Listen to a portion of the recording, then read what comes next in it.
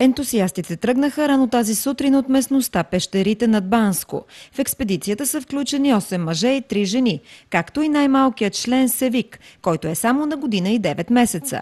Една от целите на спелеолозите е проучване на красивата пещера 911. Да намериме продължение в пещерата 911 и евентуално стане най-дълбоката в България.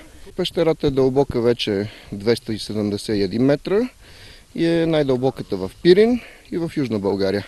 Следващите 15 дни пещерняците ще спят в изоставен скиорски бивак на повече от 2300 метра надморска височина.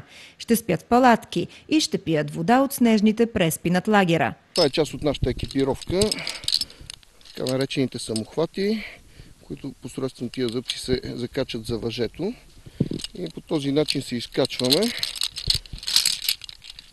Това е рапелно съоръжение, наречено десондьор, през което въжето минава и плъзгайки се плавно, ние успяваме да слизаме в дълбочина. Експедицията ще приключи на 8 септември. За BTV новините Ирина Жерева.